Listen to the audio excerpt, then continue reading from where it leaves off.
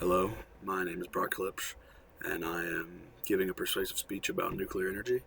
I've done other assignments for this class and in past classes about nuclear power, nuclear energy, because it's something I strongly believe in and something I think that everyone should at least consider. They should look into to think about it. If you have a negative opinion about it, then you need to look into it a little bit more, I think, because when you actually look into it, the facts reveal that there's no reason to oppose nuclear energy, no real reason in modern times. I also apologize, my voice still isn't 100% back, so I might struggle a little bit with that, but anyway, I'll get to it. So, with nuclear power, a lot of people associate it. It's had a rough past few decades. Everyone knows about the Chernobyl incident, which was horrific. It caused the fallout of an entire town, a whole part of a country, nearly, and it still isn't safe to go near that site to this day. Even 40 years later, still not safe to go close to it because of the radiation that's still there. But when you when you look into the Chernobyl disaster, what you'll find is that it wasn't it wasn't caused because of nuclear power. That wasn't the issue there. The reactor was very, very old technology, and it was mismanaged. It was under the Soviet Union, it was towards the end. 86 was Chernobyl. The Soviet Union ended in 1991. So the Soviet Union was on its last legs and was doing everything they could to save money, to try and cut corners. And Chernobyl was a result of that. It wasn't a result of nuclear energy being unsafe or anything like that. It was because the Soviet Union mismanaged a reactor that was very old technology and unstable. And when it was reported that things were going wrong, they brushed it to the side, said that it was fine, and keep going. And that's what led to the disaster to happen. Nuclear power today is much, much safer. The reactors are a lot more modern technology. There are a lot more fail-safes. It's a lot lower chance of anything going wrong in a nuclear reactor today.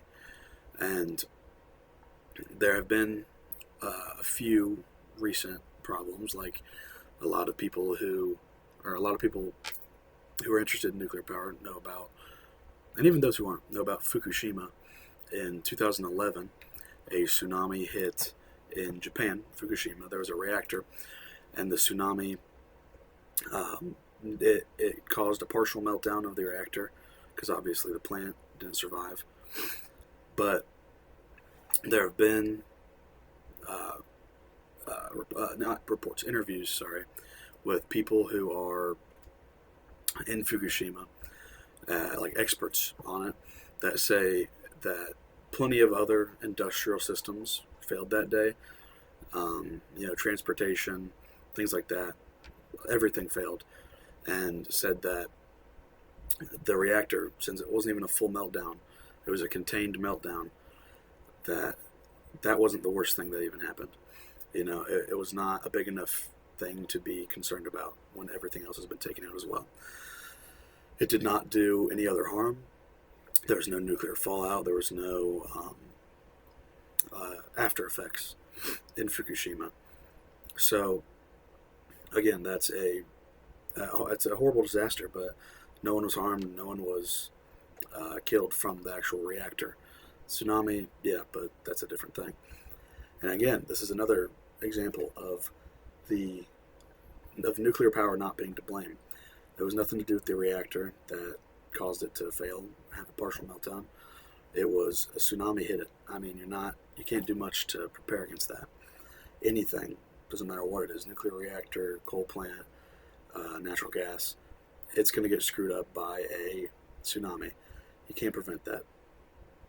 But even getting hit by a tsunami, it was a contained meltdown. So, no radiation.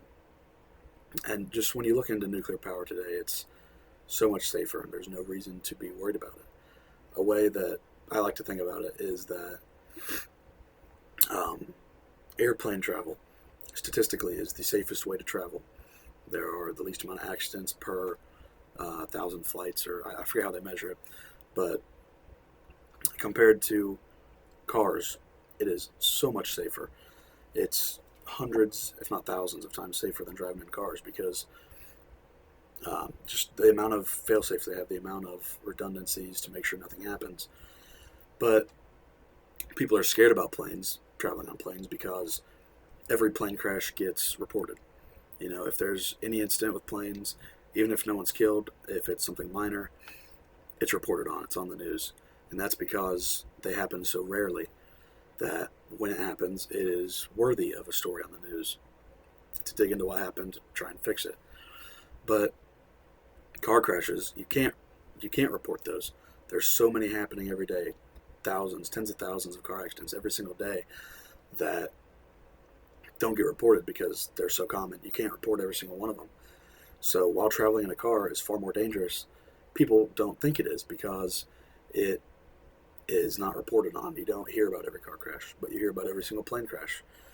And that's why a lot of people are nervous to get on planes and to fly.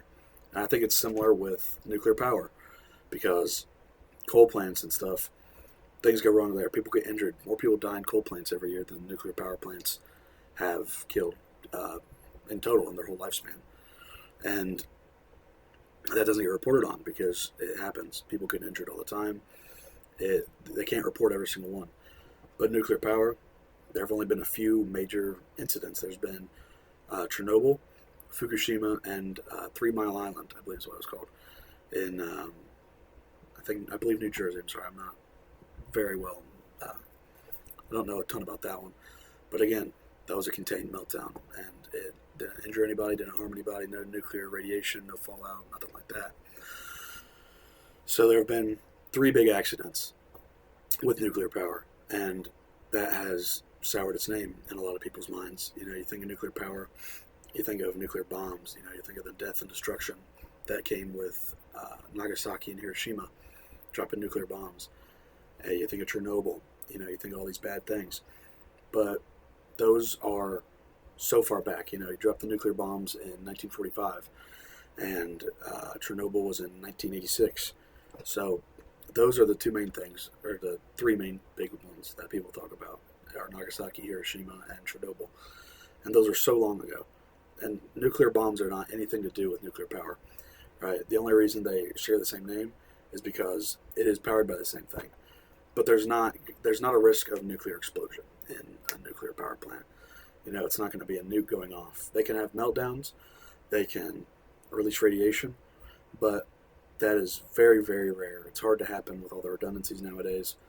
And but it's not going to be like a nuclear blast, like if you drop a nuclear bomb.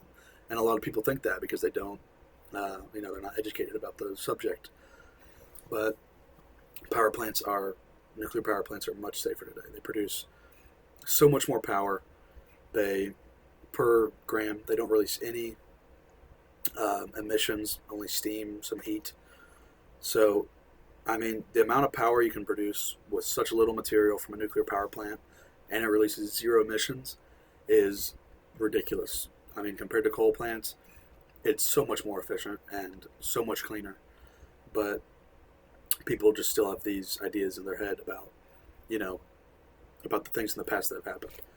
And I think it's time that we try and educate the public about this topic because it can solve the global power crisis. We're trying to find ways for clean energy. There's solar, there's wind, but I think that nuclear power is the way to go.